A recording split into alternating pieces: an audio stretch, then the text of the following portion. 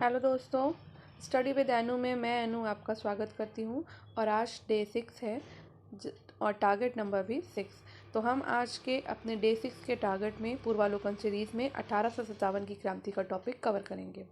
तो चलिए अपना टॉपिक शुरू करते हैं और पीवाईक्यू सॉल्व करते करते हम अपना पूरा का पूरा इस टॉपिक जो है आज ही लर्न करके ख़त्म कर देंगे।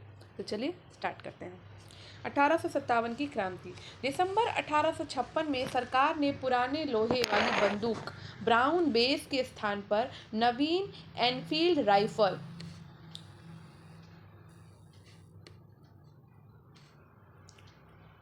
एक सेकेंड में इसका कलर चेंज कर लूँ। आज ग्रीन कर लेते हैं तो है ना, ठीक लग रहा है। चलिए, तो दिसंबर 1856 में सरकार ने दिसंबर 1856, ये डेट याद रखनी है। दिसंबर 1856 में सरकार ने पुराने लोहे वाली बंदूक ब्राउन बेस के स्थान पर नवीन एनफील्ड राइफल, ठीक है, ये याद रखना है, न्यू एनफील्ड राइफल के प्रयोग का निर्णय लिया। इसका प्रशिक्षण डमडम, अंबाला और सियालकोट में दिया जाना था। इस नई राइफल में कारतूस के ऊपरी भाग को मुंह से काटना पड़ता था। जनवरी 1857 में बंगाल सेना में यह अफवाह फैल गई कि चर्बी वाले कारतूस में गाय और सुअर की चर्बी है।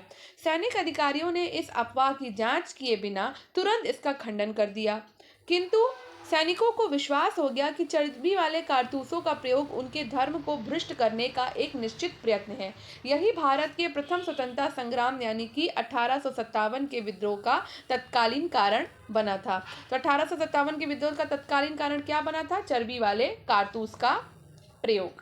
29 मार्च 1857, ये डेट याद रखनी है, 29 मार्च 1857 को बैरकपुर में सैनिकों ने चर्बी वाले कारतूस का प्रयोग करने से इनकार कर दिया और एक सैनिक मंगल पांडे ने अपने एजुडेंट पर आक्रमण कर उसकी हत्या कर दी। अंग्रेजों के द्वारा 34वीं एनआई रेजिमेंट भंग कर दी गई और अपराधियों को दंड दिया गया। नेक्स्ट, 1857 की क्रांति का मुख्य कारण ब्रिटिश साम्राज्य की घिनौनी नीतियां थी। ठीक है, मुख्य कारण तो यही था, जिनसे तंग आकर अंततः विद्रोह का ज्वालामुखी फट पड़ा। एंग्लो इंडियन इतिहासकारों ने सैनिक असंतोषों और चर्बी वाले कारतूसों को ही 1857 के महान विद्रोह का सबसे मुख्य तथा महत्वपूर्ण कारण बताया, परंतु आधुनिक भारतीय इतिहासकारों ने ये सिद्ध कर दिया कि चर्बी वाले कारतूस ही इस विद्रोह का एकमात्र कारण अथवा सबसे प्रमुख कारण नहीं था। चर्बी वाले कारतूस और सैनिकों का विद्रोह तो केवल एक चिंगारी था, जिसने उन समस्त विस्फोटक पदार्थों में जो राजनीतिक, सामाजिक, धार्मिक और आर्थिक कारणों से एकत्र हुए थे आग लगा दी और जिसने दावानल का रूप धारण कर लिया। 1857 की क्रांति का प्रारंभ हुआ था 10 मई को मेरठ से हुआ था। ठीक है, यहाँ का 3री कैवलरी रेजिमेंट के सैनिकों ने चर्बी युक्त कारतूसों को छूने से इनकार कर दिया और खुलेआम बगावत कर दी, अपने अधिकारियों पर गोली चलाई और अपने साथियों को मुक्त करवा के वे लोग दिल्ली की ओर चल पड़े। जनरल हैविट के पास 2200 यूरोपीय सैनिक थे, परंतु उसने इस तूफान को रोकने का कोई प्रयास नहीं किया। विद्रोहियों ने 12 मई 1857 को दिल्ली पर अधिकार कर लिया। ठीक है, ये डेट याद रखनी है कि दिल्ली पर अधिकार कब हुआ, तो 12 मई 1857 को। इस प्रकार सैनिकों का दिल्ली के लाल किले पर पहुंचना पहली घटना थी। 1857 के स्वाधीनता संग्राम का प्रतीक था कमल और रोटी। बरेली में रुहेलखंड के भूतपूर्व शासक के उत्तराधिकारी खान बहादुर ने 1857 के विद्रोह की रहनुमाई की। मुगल सम्राट बहादुर शाह द्वितीय ने उन्हें वायसराय के पद पर नियुक्त किया था। रानी लक्ष्मीबाई, जिनका मूल नाम मणिकर्णिका था, का जन्म 19 नवंबर 1835 को गोलघर में हुआ था, जो वर्तमान में वाराणसी में है। उनके पिता मरणोपरांत झांसी के महाराजा गंगाधर राव के दरबार में गए। उस समय लक्ष्मीबाई की उम्र 13 वर्ष थी। 14 साल की उम्र में उनका विवाह झांसी के महाराजा गंगाधर राव के साथ हुआ। इनकी मृत्यु ग्वालियर में हुई थी। ग्वालियर में ही महारानी लक्ष्मीबाई की समाधि स्थल है। रानी लक्ष्मीबाई झांसी के अंतिम मराठा राजा गंगाधर राव की विधवा थी। जब किसी उत्तराधिकारी के अभाव में राजा गंगाधर राव की मृत्यु हो गई तो डलहौजी ने अपने व्यक्तिगत सिद्धांत के अंतर्गत 1854 में झांसी का ब्रिटिश साम्राज्य में विलय कर लिया। झांसी में जून 1857 में रानी लक्ष्मीबाई के नेतृत्व में विद्रोह का श्री गणेश हुआ। अंग्रेज जनरल ह्यूरोज से लड़ते हुए 17 जून 1858 1858 को वो वीर गति को प्राप्त हो गई। रानी की मृत्यु पर हीरोज ने लिखा था, भारतीय विद्रोहियों में यहाँ सोई हुई औरत अकेली मर्द है। लखनऊ अवध में विद्रोह का प्रारंभ कब हुआ? तो लखनऊ अवध में हुआ था 30 मई 1857 में। विद्रोह का नेतृत्व कर रही थी बेगम हजरत महल। उन्होंने अपने अल्पवयस्क बेटे बिरजिस कादिर को नवाब घोषित किया और प्रशासन की बागडोर अपने हाथ में ले ली। अंत में 21 मार्च 1858 को कैंपबेल ने गोरखा रेजिमेंट की सहायता से लखनऊ पर पुनः अधिकार कर लिया। कानपुर में 5 जून 1857 को नाना धोंदो पंत को पेशवा मानकर स्वतंत्रता की घोषणा की गई। नाना साहब को सेनापति कमांडर इन चीफ या तात्या टोपे से बहुत सहायता मिली थी। अजीमुल्ला खान नाना साहब के सलाहकार थे। इन्होंने नाना साहब के सचिव के रूप में भी कार्य किया। इन्होंने क्रांति दूत के नाम से भी इन्हें जाना जाता है। तात्या टोपे को रामचंद्र पांडुरंग के नाम से जाना जाता है। वे 1857 के भारतीय विद्रोह के प्रमुख नेता थे और इनका जन्म महाराष्ट्र में येओला गांव में हुआ था। उनके एक विश्वसनीय मित्र मानसिंह ने उन्हें धोखा देकर उस समय पकड़वा दिया जब वे पारो के जंगलों में अपने कैंप में शयन कर रहे थे। यहां से उन्हें पकड़कर शिवपुरी लाया गया और असैनिक अदालत में 18 अप्रैल 1859, ठीक है, कब 18 अप्रैल 1859 को फांसी दे दी गई। ठीक है, एक सेकेंड, ये इंपॉर्टेंट है। ठीक है, 1857 में जगदीशपुर में विद्रोह की अगुवाई करने वाले कुंवर सिंह बिहार के तत्कालीन शाहाबाद जिले, जो कि वर्तमान भोजपुर जिले के जगदीशपुर से संबंधित थे। असम की 1857 की क्रांति के समय वहां के दीवान मनीराम दत्त ने वहां के अंतिम राजा के पौत्र कंदपेश्वर सिंह को राजा घोषित करके विद्रोह की शुरुआत की, परंतु शीघ्र ही विद्रोह का दमन करके मनीराम को फांसी दे दी गई। आउवा के ठाकुर कुशल सिंह ने 1857 की क्रांति में अंग्रेजों और जोधपुर की संयुक्त सेना को पराजित किया। मौलवी अहमदुल्ला शाह ने फैजाबाद में 1857 के विद्रोह को अपना नेतृत्व प्रदान किया। ये अंग्रेजों के सबसे कट्टर दुश्मन थे। ये मूलतः तमिलनाडु में अरकाट के रहने वाले थे, पर वो फैजाबाद में आकर बस गए थे। उन्होंने भारत के विभिन्न धर्मानुयायियों का आह्वान करते हुए कहा कि सारे लोग काफिर अंग्रेजों के विरुद्ध खड़े हो जाओ और उन्हें भारत से बाहर खदेड़ दो। इनके बारे में अंग्रेजों ने कहा कि वह अदम्य साहस के गुणों से परिपूर्ण और दृढ़ संकल्प वाले व्यक्ति तथा विद्रोहियों में सर्वोत्तम सैनिक है। इनकी गिरफ्तारी के लिए ब्रिटिश सरकार ने 50,000 रुपए का इनाम रखा था। 1857 के विद्रोह को मिर्जा गालिब ने स्वयं अपनी आंखों से देखा था और उनका जन्म 27 दिसंबर 1797 को आगरा में हुआ और मृत्यु 15 फरवरी 1869 को दिल्ली में हुई। 1857 के स्वतंत्रता संग्राम में ग्वालियर के सिंधिया ने अंग्रेजों की सर्वाधिक सहायता की। यूरोपीय इतिहासकारों ने ग्वालियर के मंत्री सर दिनकर राव और हैदराबाद के मंत्री सलार जंग की राजभक्ति की बहुत सराहना की। संकट के समय कैनिंग ने कहा था, यदि सिंधिया भी विद्रोह में सम्मिलित हो जाए तो मुझे कल ही बिस्तर गोल करना होगा। 1857 का विद्रोह बहुत बड़े क्षेत्र में फैला हुआ था और इसे जनता का व्यापक समर्थन प्राप्त था। फिर भी पूरे देश को या भारतीय समाज के सभी अंगों और वर्गों को ये अपनी लपेट में नहीं ले सका। ये दक्षिणी भारत तथा पूर्वी और पश्चिमी भारत के अधिकांश भागों में नहीं फैल सका।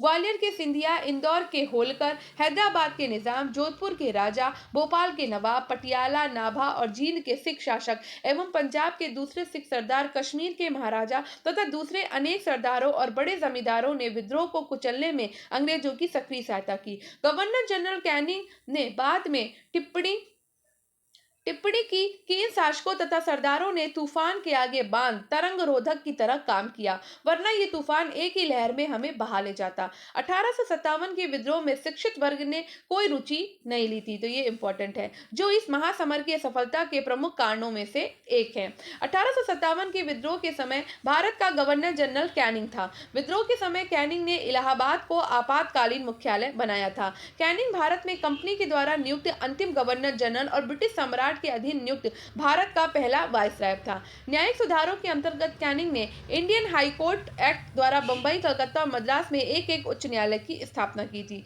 सामाजिक सुधारों के अंतर्गत विधवा पुनर्विवाह अधिनियम 1856 में कैनिंग के समय में ही ये पारित हुआ था। तो ये याद रखना है कि विधवा पुनर्विवाह अधिनियम 1856 में कैनिंग के समय पे पारित हुआ। 1857 के सिपाही विद्रोह को भारत में प्रथम स्वतंत्रता संग्राम के नाम से और ब्रिटेन में इंडियन म्यूटिनी के नाम से अभिहित किया जाता है। 1857 के विद्रोह के समय बैरकपुर में lieutenant general sir John Bennet Hearsey commanding officer थे। जिस समय भारत में 1857 की क्रांति हुई, विस्कॉन्ट पाल्मस्टन ब्रिटेन के प्रधानमंत्री थे।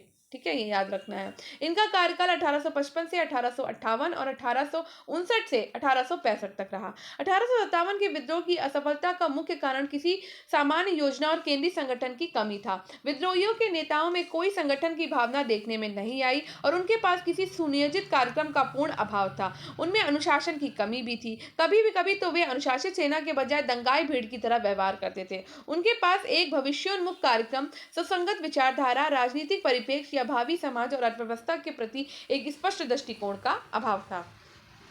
14 सितंबर 1857 को अंग्रेजों के द्वारा दिल्ली पर अधिकार करने के क्रम में जनरल जॉन निकलसन घायल हुआ और 23 सितंबर 1857 को उसकी मृत्यु हो गई। लखनऊ में 1857 के विद्रोह के दौरान अंग्रेज रेजिडेंसी की रक्षा करते हुए हेनरी लॉरेंस और हैवलॉक और नील की मृत्यु हुई। सर जेम्स आउट्रम और डब्ल्यू टेलर ने 1857 के विद्रोह को हिंदू मुस्लिम षड्यंत्र का परिणाम बताया। आउट्रम का विचार था कि ये मुस्लिम षड्यंत्र था जिसमें हिंदू शिकायतों का लाभ उठाया गया। जॉन लॉरेंस और सीले के अनुसार ये केवल सैनिक विद्रोह था। ये सारे जो वो हैं वो याद रखने हैं। ठीक है। टी.आर. होम्स के अनुसार ये बर्बरता और सभ्यता के बीच युद्ध था। वी.डी. सावरकर ने अपनी पुस्तक the Indian war of independence 1857 में इस विद्रोह को सुनियोजित स्वतंत्रता संग्राम की संज्ञा दी। उन्होंने इसे स्वतंत्रता की पहली लड़ाई कहा।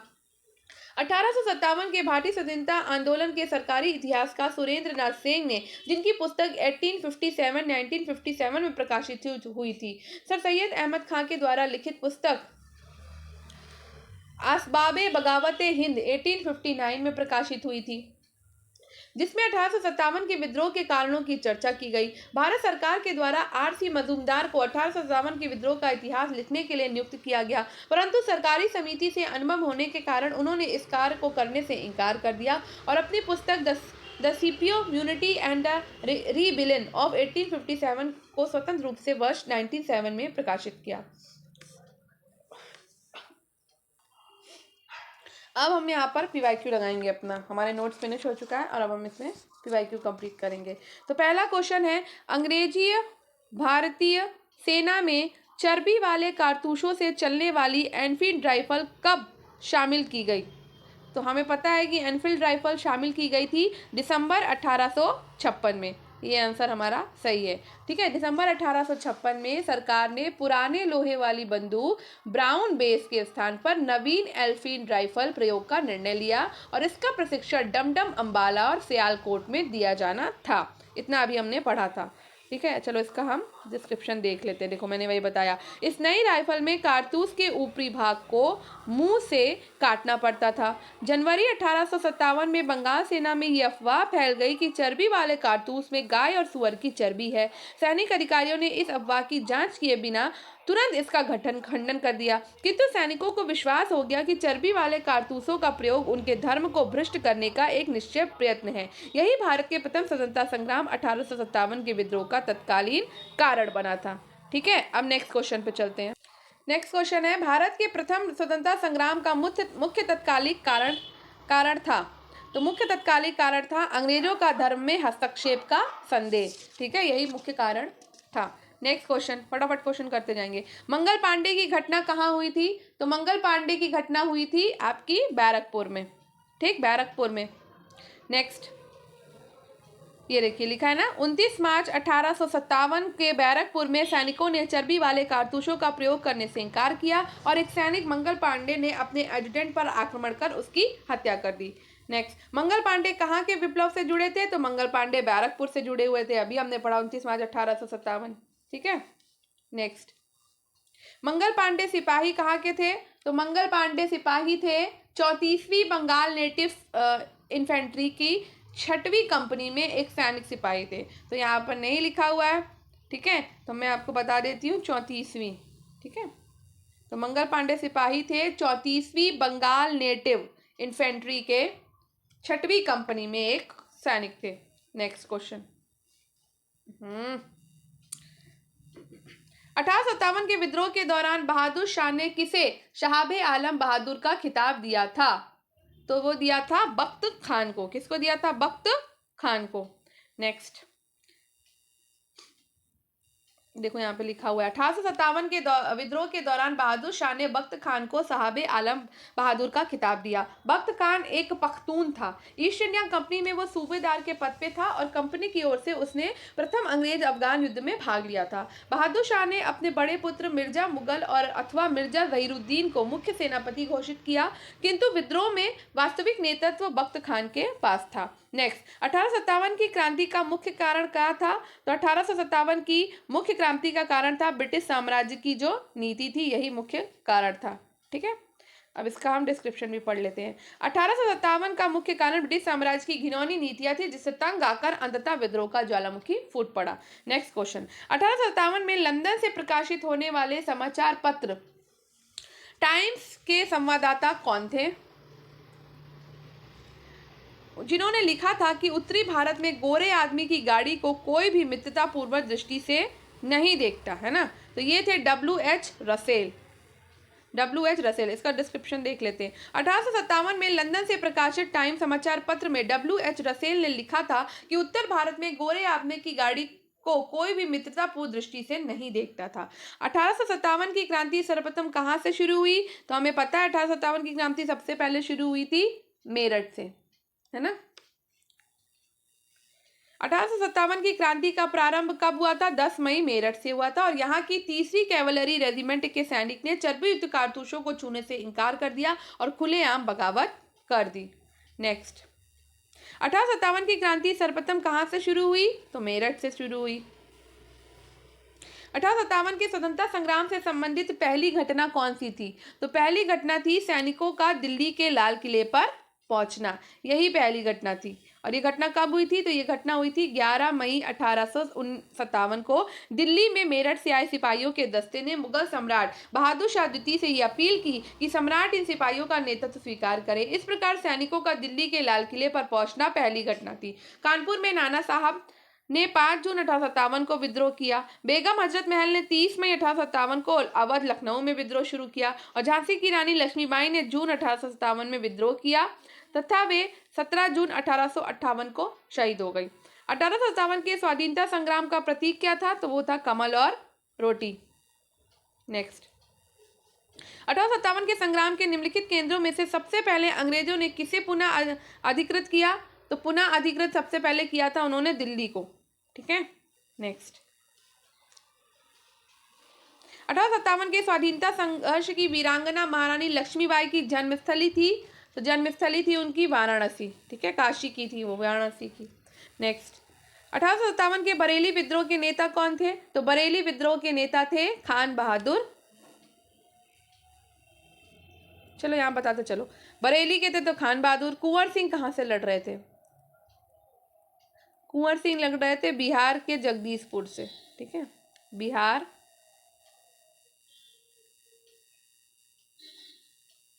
जगदीशपुर से। मौलवी अहमद शाह कहाँ से लड़ रहे थे? मौलवी अहमद शाह लड़ रहे थे फैजाबाद से शायद। एक सेकेंड,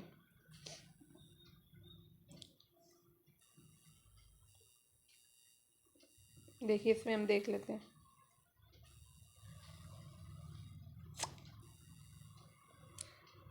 नेक्स्ट क्वेश्चन देखो। हाँ, महारानी लक्ष्मीबाई की समाधि कहाँ स्थित है? तो महारानी लक्ष्मीबाई की समाधि स्थित है हमारी ग्वालियर में। ठीक है, आंसर तो दिख ही रहा है आपको। ठीक है, जन्म वाराणसी में हुआ और इनकी मृत्यु ग्वालियर में हुई थी, तो ग्वालियर में ही इनकी समाधि बना दी गई। रानी लक्ष्मीबाई को अंतिम युद्ध में सामना करना पड़ा था किसके साथ? यूरोस के साथ में। ठीक है, नेक्स्ट 1857 का विद्रोह लखनऊ में किसके नेतृत्व में आगे बढ़ा? तो बेगम हजरत महल के, है ना, बेगम ऑफ अवध। तात्या टोपे कहाँ से लड़ रहे थे? कानपुर से। नाना साहब भी कहाँ से लड़ रहे थे? कानपुर से। रानी लक्ष्मीबाई कहाँ से लड़ रही थी?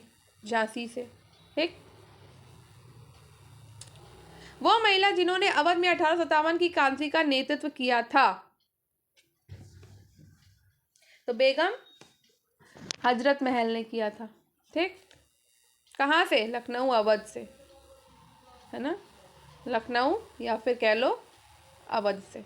ठीक, नेक्स्ट, लखनऊ में 1857 के स्वतंत्रता संग्राम का नेतृत्व किसने किया था? तो बेगम हजरत महल ने किया था। नाना साहब कानपुर से लड़ रहे थे और तात्या टोपे भी आपकी कानपुर से लड़ रहे थे। नेक्स्ट, कौन इलाहाबाद में 1857 के संग्राम का नेता था? तो इलाहाबाद में 1857 के संग्राम के लेखक थे मौलवी लियाकत अली, मौलवी लियाकत अली। ठीक, इलाहाबाद से मौलवी लियाकत अली लड़ रहे थे। 1857 के संघर्ष में भाग लेने वाले सिपाहियों की सर्वाधिक संख्या कहां से थी?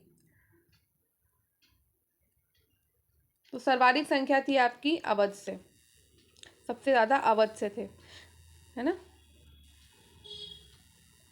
नाना साहब का कमांडर इन चीफ कौन था? तो नाना साहब के कमांडर इन चीफ थे तात्या टोपे, है ना, यही तो पढ़ा था अभी। नेक्स्ट, अजीमुल्ला खां सलाहकार किसके थे? तो अजीमुल्ला खां सलाहकार थे नाना साहब के। ठीक, अब तात्या टोपे कानपुर से लड़ रहे थे, कुंवर सिंह बिहार से लड़ रहे थे, जगदीशपुर से, रानी लक्ष्मीबाई झांसी से लड़ रही थी। 1857 के विद्रोह के संदर्भ में निम्नलिखित में से किसे उसके मित्र ने धोखा दिया और जिसे अंग्रेजों के द्वारा बंदी बनाकर मार दिया गया? तो वो थे कौन? तात्या टोपे। नेक्स्ट,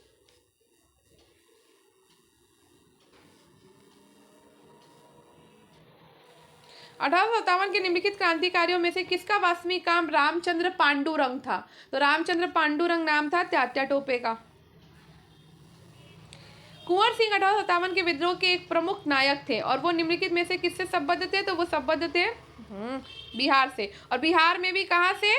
तो जगदीशपुर से, याद रखना है। बिहार में भी जगह पूछी जाती है तो वो जगदीशपुर से लड़ रहे थे। ठीक है, जगदीशपुर के राजा थे वो। नेक्स्ट, ये देखो यहाँ पे लिखा हुआ है जगदीशपुर से। 1857 के जगदीशपुर में विद्रोह की अगुवाई करने वाले कुंवर सिंह बिहार के तत्कालीन शाहाबाद जिले, जो कि वर्तमान भोजपुर जिले हैं, के जगदीशपुर से संबंधित थे।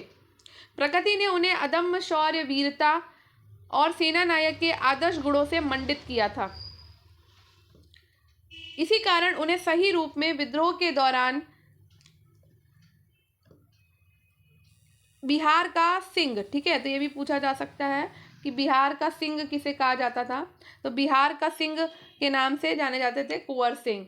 ठीक है, और उन्होंने शाहाबाद और आरा क्षेत्र में अंग्रेजों की शक्ति का तख्ता पलट दिया और अपनी सरकार स्थापित की। वो कानपुर पर संयुक्त आक्रमण के लिए नाना साहब की मदद हेतु कालपी की ओर आगे बढ़े। वो विद्रोह की मशाल को रोहतास, मिर्जापुर, रीवा, बांदा और लखनऊ तक ले गए, जहां उनका अत्यंत सम्मानपूर्वक स्वागत किया गया। अपनी अंतिम सफलता के रूप में उन्होंने अपने गृहनगर जगदीशपुर के निकट अंग्रेजों को बुरी तरह पराजित किया। इसी युद्ध के दौरान कुंवर सिंह बुरी तरह घायल हो गए और 26 अप्रैल 1858 को उनकी मृत्यु हो गई। उनकी मृत्यु के बाद उनके भाई अमर सिंह ने दिसंबर 1858 तक अंग्रेजों के विरुद्ध संघर्ष को जारी रखा। कुंवर सिंह अंग्रेजों के खिलाफ 1857 के विद्रोह में किस जगह शामिल हुए थे? तो वे शामिल हुए थे आरा में। कहाँ शामिल हुए थे?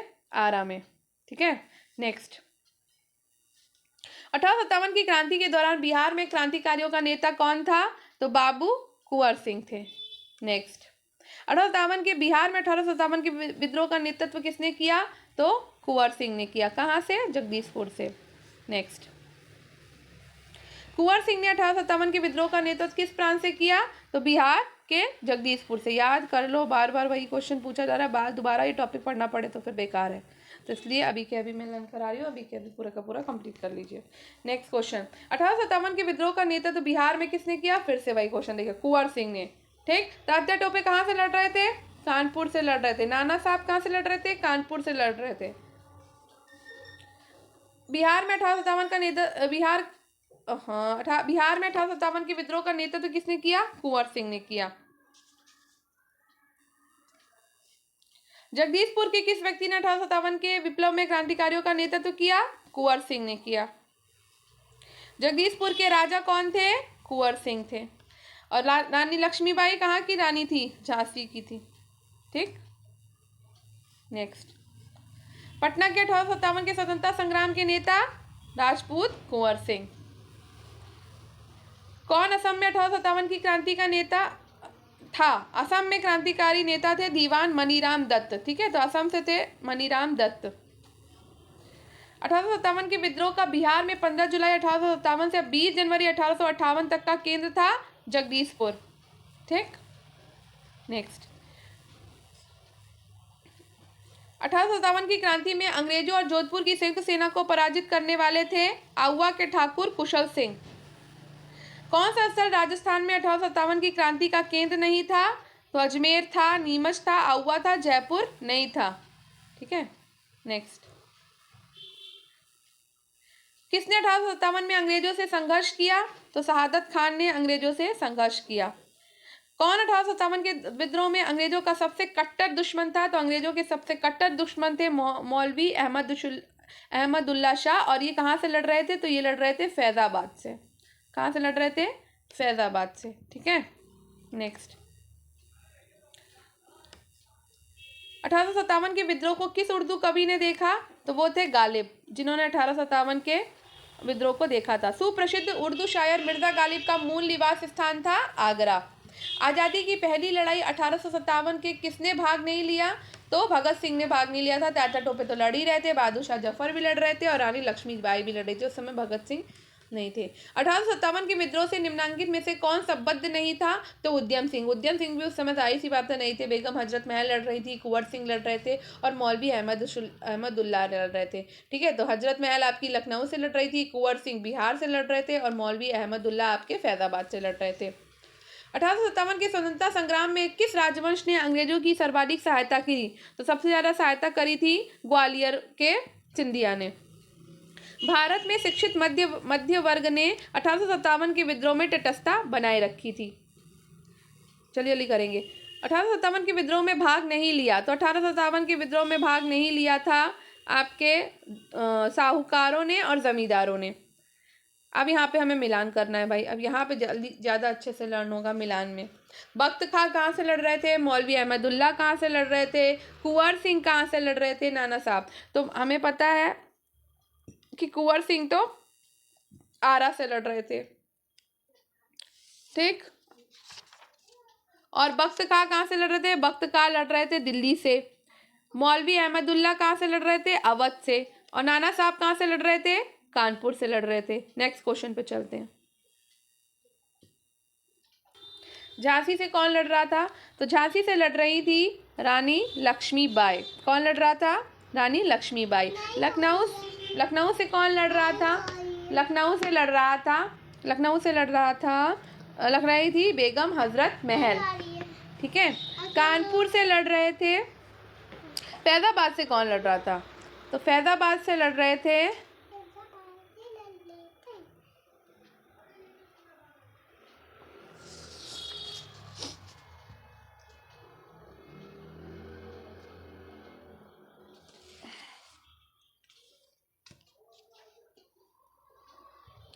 हाँ सॉरी बीच में थोड़ा हो गई थी।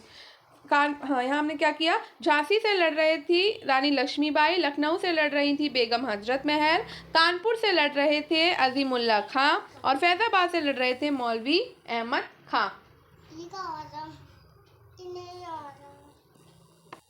नेक्स्ट क्वेश्चन पे चलते हैं। इनमें से किसने 1857 के विद्रोह में सक्रिय भाग लिया था? तो 1857 के विद्रोह में सक्रिय भाग लिया था सभी ने, एक से अधिक है। नाना साहब कानपुर से लड़ रहे थे, बेगम हजरत महल लखनऊ से लड़ रही थी, मौलवी अहमदुल्ला फैजाबाद से लड़ रहे थे और बेगम जीनत महल दिल्ली से लड़ रही थी। तो सभी हुए। अब यहाँ पे फिर से कूट मिलाना है भाई। ये क्वेश्चन मुझे ज़्यादा सही लगता है क्योंकि इसमें हम जल्दी से जल्दी लर्न कर लेते हैं सब कुछ। तो नाना साहब कहाँ से लड़ रहे थे? नाना साहब लड़ रहे थे कानपुर से, ठीक है। ब्रश कहाँ गया? ये क्या हो जाता है? नाना साहब लड़ रहे थे कानपुर से। नवाब हामिद अली खान लड़ रहे थे दिल्ली से। मौलवी अहमद उल्लाह लड़ रहे थे लखनऊ से और मनी राम दीवान लड़ रहे थे असम से, ठीक है। नेक्स्ट, 1857 के विद्रोह के समय भारत का गवर्नर जनरल कौन था? तो उस समय गवर्नर जनरल था कैनिंग। नेक्स्ट, 1857 के विद्रोह के समय भारत का गवर्नर जनरल कौन था? तो कैनिंग था। नेक्स्ट, 1857 के में भारत का गवर्नर जनरल कौन था? तो कैनिंग था। बार बार वही क्वेश्चन आ रहा है। सिपाही विद्रोह के समय भारत का गवर्नर जनरल कौन था? कैनिंग था। चेंज कर करके सेम क्वेश्चन पूछ रहा था बार बार। 1857 विद्रोह के समय बैरकपुर में कौन ब्रिटिश कमांडिंग ऑफिसर था? देखा, हैरसे। कौन था? हैरसे। नेक्स्ट, 1857 में किसने इलाहाबाद को आपातकालीन मुख्यालय बनाया था? तो इलाहाबाद को आपातकालीन मुख्यालय बनाया था कैनिंग ने। ठीक है, कैनिंग ने बनाया था। नेक्स्ट, 1857 के विद्रोह के समय ब्रिटिश प्रधानमंत्री कौन था? तो ब्रिटिश प्रधानमंत्री था पाल्मस्टन। नेक्स्ट, निम्नलिखित में से किसका नाम 1857 के विद्रोह से नहीं जुड़ा है? तो सभी का नहीं जुड़ा हुआ है इसमें से। ठीक है, 1857 का विद्रोह मुख्यतः किस कारण से असफल रहा? तो ये असफल रहा किसी सामान्य योजना और केंद्रीय संगठन की कमी के कारण। नेक्स्ट, 1857 का प्रथम स्वतंत्रता संग्राम असफल हुआ क्योंकि भारतीय सिपाहियों में देश की एकता की कमी थी। प्रायः भारतीय राजाओं ने ब्रिटिश सरकार का साथ दिया और ब्रिटिश सिपाही कहीं अच्छे सज्जित और संगठित थे। तो उपयुक्त सभी ऑप्शन होंगे इसमें। नेक्स्ट, अंग्रेज राजपूत राज्यों में 1857 के विद्रोह को दबाने में सफल रहे क्योंकि स्थानीय शासकों ने क्रांतिकारियों का साथ नहीं दिया। किन ब्रिटिश अधिकारियों ने लखनऊ में अपना जीवन खोया था? तो लखनऊ में अपना जीवन खोया था जनरल नील, मेजर जनरल हैवलॉक और सन हेनरी लॉरेंस ने। 1857 में प्रथम स्वतंत्रता संग्राम ब्रिटिश सरकार की स्वतंत्रता प्राप्त करने में असफल रहा और बहादुर शाह जफर के नेतृत्व को जनसहयोग नहीं मिला था और अधिकांश महत्वपूर्ण रियासतों के शासक उसका साथ देने से कतरा गए थे। तो ये का और का दोनों सत्य हैं, का और, क्योंकि ये इसका सही स्पष्टीकरण है। नेक्स्ट क्वेश्चन, इसमें थोड़े से पीवाई की ज़्यादा है। 1857 के विद्रोह को एक षड्यंत्र की संज्ञा दी थी जेम्स आउट्रम और डब्ल्यू टेलर ने। नेक्स्ट, आधुनिक इतिहासकार जिसने 1857 के विद्रोह को स्वतंत्रता की पहली लड़ाई कहा था तो वो थे वीडी सावरकर। नेक्स्ट, 1857 के संग्राम को प्रथम स्वतंत्रता संग्राम का नाम दिया था वीडी सावरकर ने। नेक्स्ट, भारतीय स्वाधीनता आंदोलन का सरकारी इतिहासकार था एस सेन। नेक्स्ट, भारतीय भाषा में 1857 के विप्लव के कारणों पर लिखने वाला प्रथम भारतीय था सैयद अहमद खान। नेक्स्ट,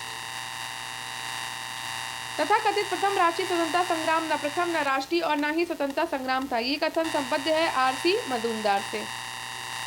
नेक्स्ट, किसने लिखा कि इस निर्णय से इनकार करना कठिन है कि तथाकथित 1857 का प्रथम राष्ट्रीय स्वतंत्रता संग्राम ना तो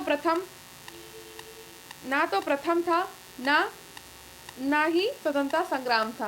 तो ये कहना था आर.सी. मजूमदार का। नेक्स्ट, 19वीं इस तथ्य को मानने वाले इतिहासकार। ये कुछ क्वेश्चन ही मुझे समझ में नहीं आया, मुझे क्वेश्चन समझ में नहीं आया, शायद ये पूरा प्रिंट नहीं है।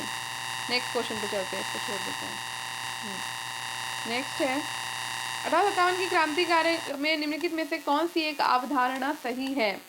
तो अवधारणा इसमें सही है कि इसने भारत में ईस्ट इंडिया कंपनी की शासन प्रणाली को मृतप्राय बना दिया था। ये सही है। ठीक है, नेक्स्ट, महारानी विक्टोरिया ने भारतीय प्रशासन को ब्रिटिश ताज के नियंत्रण में लेने की घोषणा कब की थी? 1858 में, 1 नवंबर 1858 में अपने घोषणा पत्र में, जो कि इलाहाबाद में किया गया था। सम्राज्ञी विक्टोरिया ने 1858 की घोषणा में भारतीयों को बहुत सी चीजें दिए जाने का आश्वासन दिया था। निम्न आश्वासनों में से कौन सा ब्रिटिश शासन ने पूरा किया था? तो रियासतों को हड़पने की नीति जो है ना वो समाप्त कर दी गई थी, यही उन्होंने पूरा किया था। नेक्स्ट, महारानी विक्टोरिया की उद्घोषणा 1858 का उद्देश्य क्या था?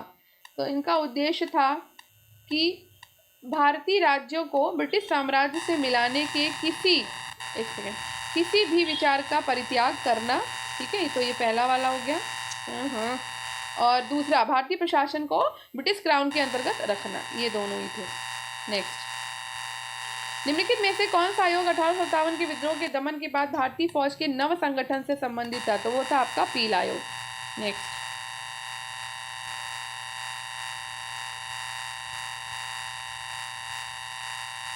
ये टॉपिक भी खत्म होने वाला है। 1857 के विद्रोह के बाद ब्रिटिश सरकार ने सिपाहियों का इन प्रांतों से चयन किया। तो हमने पढ़ा था गोरखा, सिख और पंजाबी उत्तर प्रांत से किया था इन्होंने। ठीक है, नेक्स्ट, तो हमारा ये टॉपिक आज का ख़त्म होता है। तो अब हम कल आपका नेक्स्ट डे में अन्य जन आंदोलन का टॉपिक कंप्लीट करेंगे अपना पूर्वालोकन सीरीज में। तो आज आपको मेरा ये वीडियो अगर थोड़ा सा भी हेल्पफुल लगा हो और आपको अच्छा लगा हो तो वीडियो को लाइक, शेयर और कमेंट करना ना भूलें, और दूसरों को भी आप इस चैनल को और इस मेरे वीडियो को शेयर करिए ज़रूर, ताकि दूसरों को भी मदद हो जाए। और पूर्वालोकन सीरीज़ आपको कैसी लग रही है इसका फीडबैक देना ना भूलें। आप और